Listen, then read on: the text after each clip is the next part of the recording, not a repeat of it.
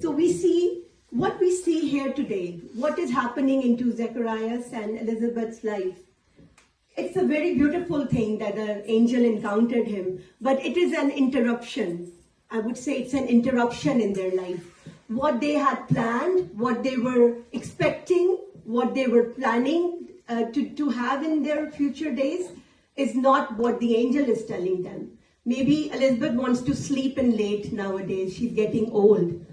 We all are getting to that age. Sometimes I am an early riser, but sometimes it's like I just want Babar to make a cup of tea for me, and then I get up. So there are changes in the body, and she's no more that young, vibrant girl, but she's getting old day by day, and Zacharias himself is getting old day by day. And what they are seeing now is a life of rest, and just tranquility, and just peace, and calmness, and nothing more than that. But what is God planning for them? Sleepless nights, cries of baby, lot of clothes to be washed. There were no Pampers in those days. So she has to go to around, lot of mess, cleaning up the baby, giving him bath. And so there is an interruption in their life. And we as human beings don't like to be interrupted, either good or bad. This is our human nature, I believe. We don't like interruptions. So in our lives, things happen that we don't expect them to be, but they happen. But today we are going to consider this point, how we respond to the interruptions in our life. How when God interrupts with something that is not in our agenda for 2024 or 2025 or in the coming years, how are we going to respond to that interruption? When we know it is from the Lord, when there are signs it is from the Lord, and when it's a very difficult interruption, what our response is going to be. I would like you all to look at Luke chapter 1, and then verse 18 and 19. And Zacharias said to the angel, "How shall I know this? For I am an old man, and my wife is well advanced in years." And the angel answered and said to him, "I am Gabriel, who stands in the presence of God, and was sent to speak to you and bring you these glad tidings. But behold, you will be mute and not able to speak until the day these things," like Jonah. I mean, I was working in the church. I was going with my dad, taking Bible studies and meetings, youth groups, and taking youth groups to, there's a city, Ahmedabad. We would take them there, stay whole week, do Bible study, hold women's meeting. Everything was going on. And I felt I know everything. I know everything. I can do everything. But the Lord told me, no, you need to learn more.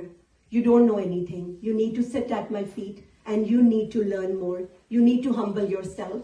Don't think yourself you're righteous, that you're a daughter of godly parents and, oh, you know everything. And there have been Bible studies and prayer meetings in your house, and no, the Lord wanted me to sit at His feet. So I decided that I will go to Bible college. The day I decided, next day, my very good friend, she became manager of a branch that was very close to my house.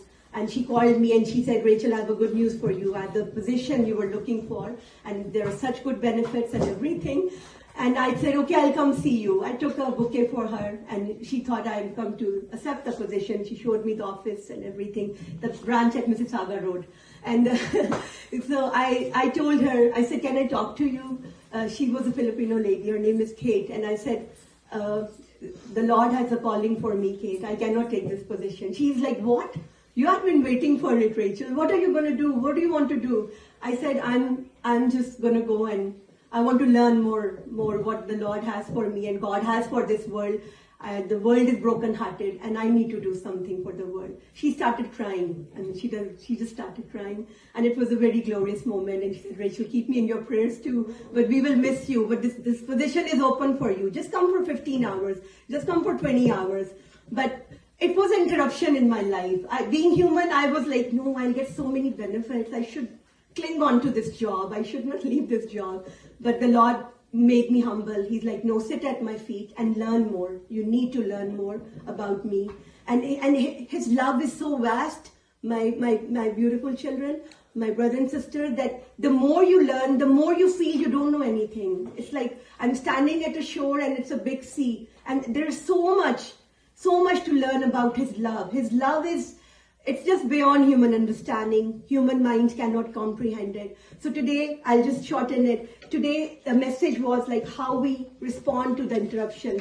We all plan Christmas as like everything we plan, and we want it to be picture perfect, and we want the house to look good, to smell good. We put a lot of candles, and we put new wash laundry bed sheets, and we wrap the gifts, and we bake food, and we make food and bake cakes. And we buy gifts for our friends, but sometimes something happens and it doesn't go as it is planned. That was the first Christmas when Jesus was born, and Mary was planning for her wedding maybe. But then she responded to the interruption in a very positive way. She didn't respond to it in a negative way. And her positive brought the Messiah into the world. So Zacharias, it was a priest. Mary was hardly in the temple every day. She used to go sometime, but it's not where you are or what your profession is. Maybe I would feel, maybe I'm a pastor and I'm more, no, God sees your heart. God sees your intention. We might say, oh, this person stays in the church more, so they are very holy. No, God sees our heart.